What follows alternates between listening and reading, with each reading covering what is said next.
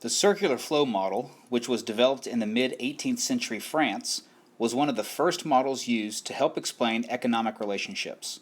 This model shows the interaction of participants in a market economy and can be used to help explain microeconomic relationships and macroeconomic measures. In the simplest version of the circular flow model, the economy consists of two sectors. The business sector, which buys resources and sells products. The household sector, which sells resources and buys products. And it also consists of two markets: the product market and the resource market. In a market economy based on private property, the resources, or inputs, used to produce outputs are owned by individuals or households. In a market economy based on private property, scarce resources, also known as factors of production or inputs, are exchanged in resource markets. As resource owners, households supply labor services and other factors of production, such as drilling rights to land we own or our entrepreneurial ability, to firms in the resource market.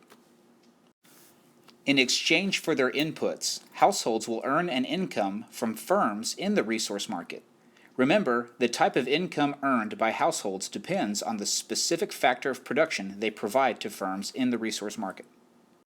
Because every individual is part of the household sector, they not only act as inputs for firms in the resource market, but they also act as consumers of goods and services in the product market.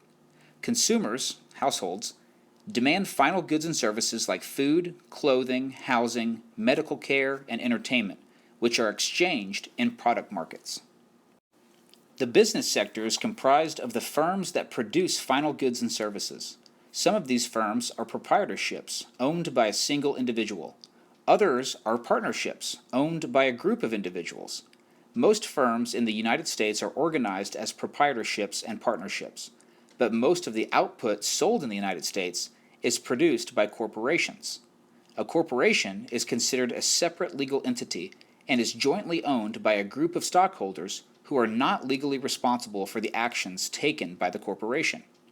Firms supply final goods and services, or output, in the product market in exchange for business revenue. It is assumed that the firms will use its revenue to invest in more factors of production. Using its revenue, the model assumes that firms will then demand more inputs. For example, hiring workers and entrepreneurs back in the resource market. Firms engage in production when they convert inputs into outputs for the purpose of sale and profit. The assumed goal of the firm is to maximize profit. The diagram is one version of the simple circular flow model. It shows the interactions that occur between the business sector and the household sector. The outer circle represents monetary flow, while the inner circle represents real flow. Monetary value is a value represented in currency terms, while real value is the intrinsic value of the input or output. The model illustrates that households exchange resources for income in the resource market, and then spend that income on goods and services in the product market. Business firms make payments for the use of inputs in the resource market and use those inputs to produce outputs, which again is sold in the product market. This model illustrates that households and businesses make both supply and demand decisions in a market economy.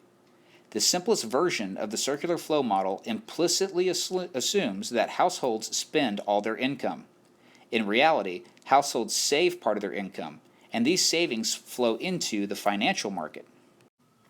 This circular flow model takes household savings and other factors into consideration. But first, let's focus just on savings. In financial markets, those who have saved money are the suppliers of loanable funds, while those who wish to borrow money are demanders of loanable funds.